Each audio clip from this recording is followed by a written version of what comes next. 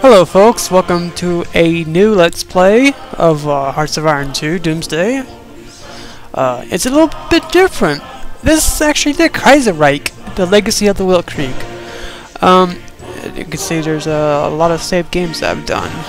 Not just this, but it does overlap my the original Hearts of Iron II folder.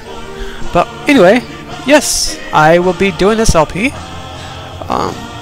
And you can see there's some scenarios that were added because I just decided to overwrite. I get overlap it with the original folder. You got the Russo-Japanese warrior, which you can play as Russia, you can play as Japan, but whatever. And that was a very popular war that was actually not in the favor of the Russians. But this is a little like an alternative scenario, and that's pretty much what the entire mod is. It's the entire it's a different modification for Hearts of Iron II.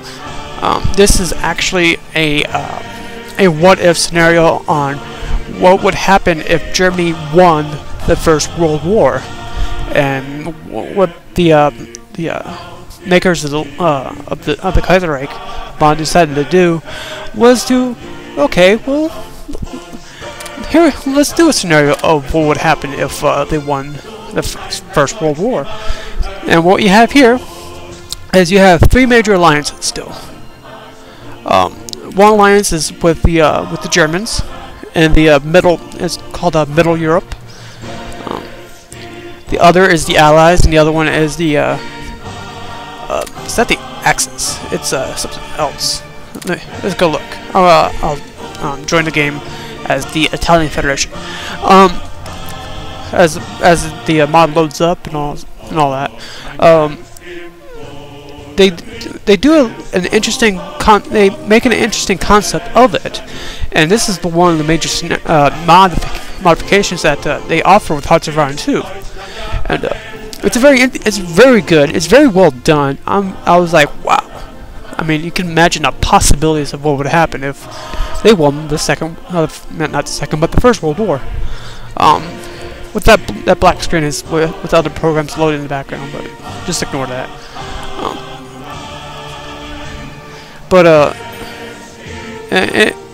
Let's see. Let's check the. Yeah, you got Middle Europe, you got the Entente, you got the International. And you got a nice little background. This is for Italy right here. It's real awesome. The International is pretty much your labor union groups. What happened? Pretty much, Germany defeated the French, defeated the British, and with the First World War, they also defeated the Russians. That's basic concept. And this is the borders. This is what happened after they defeated the Russians. That was historical right here. But you got Lithuania, you got the Baltic, United Baltic Duchy. You got the White Ruthenia, Poland, something German, I'm not sure, but they're a puppet of Austria. Ukraine, which is independent. The Iron God Romania, which is what happened that because they couldn't rise up and unify Romania, they became the Iron Guard Romania. You got Russia here, who's a social democrat. They escaped the communist revolution. I believe the concept of that was that Germany helped out the Russians because the Germans felt threat of a Soviet or a very powerful communist revolution in Russia. So the Germans actually helped the Russians out to stop them. But they failed. They weren't too concerned with the commune France. The communes favor the communist, the socialist type things, like I think there were communes of Israel is what it was trying to refer to. So France, labor unions really rose up in France, overthrew the French government, and installed itself as as syndicalist and in the mainland Europe. Same with Britain. The radical socialists rose up in Britain and overthrew the royal family, the prime minister, and so on. So what happened in France is that the nationalist France rose up in the other parts of the French Empire. So Nationalist France control all of what was the French Africa.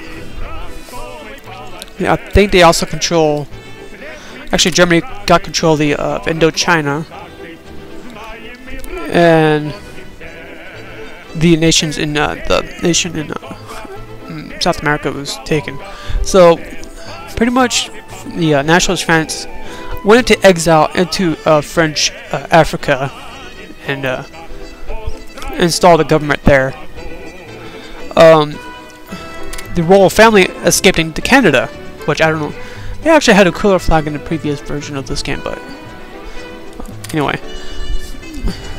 But King George V installed himself on the retained his crown in Canada.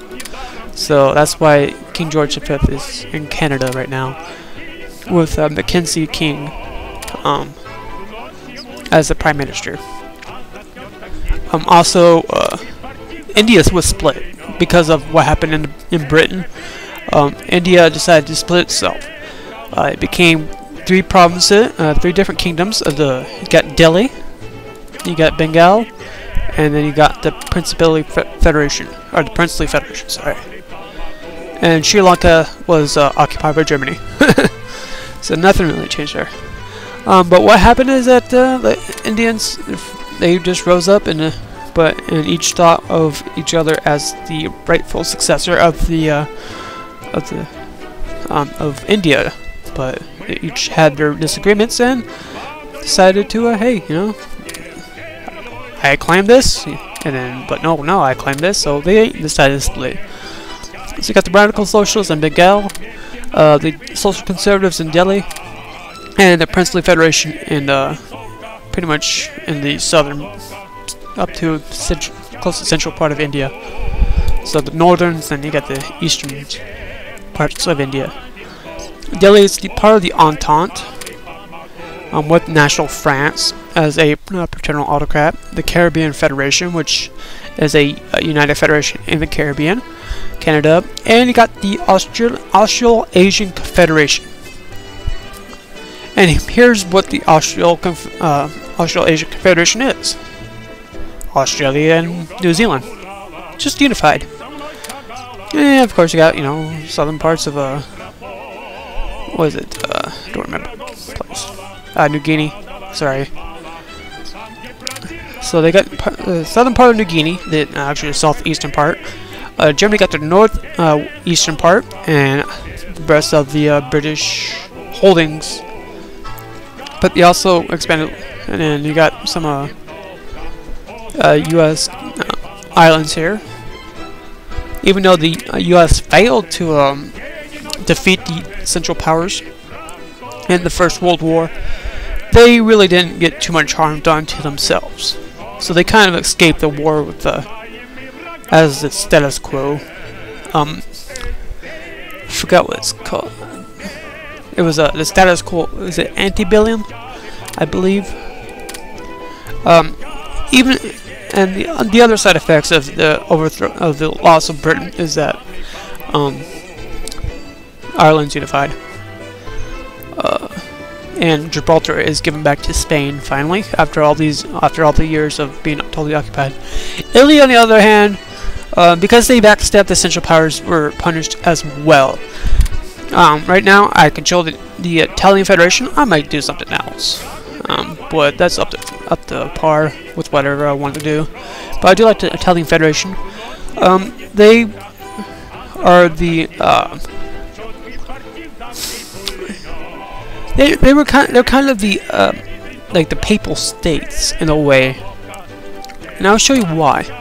You got Pope Pius XI as the head of state, Conte Stefano Giussini as the head of government. So these are kind of like the royal, not the royal, but the religious people that the Austrians put on the throne as a replacement of King Emmanuel, I think it was the third. And then they also the Italians were split between the Kingdom of the Italian Federation of the North and the Socialist Republic of Italy in the South.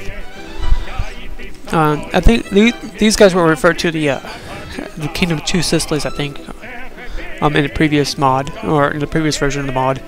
So, and that was the result of what Austria did. Because of they didn't want another unified Italy, or they didn't want to keep it. But the thing is, Italy escaped with Corsica. Corsica was under the French control, but I don't think the Germans wanted Corsica to be under French control. But the Austrians and the Germans didn't want to control Corsica themselves. Corsica felt more aligned to the Italians, so that was given to the Italians, or the Italian Federation. So it was that kind of like that catch-22 almost. Like, we don't want Corsica. We couldn't really control it. And it's got no real value to us. So we'll just give it to the Italian Federation. Why not? You can see here Bulgaria had some good claims. They gained some good territory there. You got Nice, Pristina. So they pretty much got what they wanted was pretty much a unified Macedonia. They finally got what they wanted out of the war. Serbia kind of got reduced to 3 provinces here. Croatia got a good claim here. They pretty much got what they wanted, but they are a puppet of Hungary. Bosnia is actually a puppet to Austria, which is kind of interesting. But Serbia is pretty much an independent. So Albania the same, but they are a puppet of the Ottoman Empire, which that really didn't change too much. But then you got Greece here. It went back to its pre-1914 borders. I think it was 1914 borders. That was before they got Macedonia, if I recall. It might have been earlier than that. I don't remember. But the Ottomans also got Cyprus. They got Rhodes. They got Dionysus Islands. So they got some good things out of it, because this was originally Italian, I believe, before. So, and even Austria got I guess that's California, if I pronounce that right, and Germans got Crete. So they got some good things, and they also got the Suez Canal and Port Said. So there's a lot of things I mentioned. So a lot of things did change. Unified the Russian Empire lost some territory as well, but this is pretty much the basis of mod. I pretty much explained about 8 minutes worth of information that's changed between the end of 1918 up to 1936, with all of these territories changing hands. So it's I like this mod. This mod's real good. I will probably be doing an LP of it, most definitely. You can see how much of a change the world has gone after the Germans defeated the Allies of World War I. You got Middle Africa as well under German control, so you get a lot of German-controlled territory in this world. So I've never seen anybody really do an LP on it, so that's why I wanted to do an LP on this. I've seen so many LPs of just regular Hearts of Iron 2, so that's why I've been pretty much doing mods of Hearts of Iron 2. Just, you know, kind of like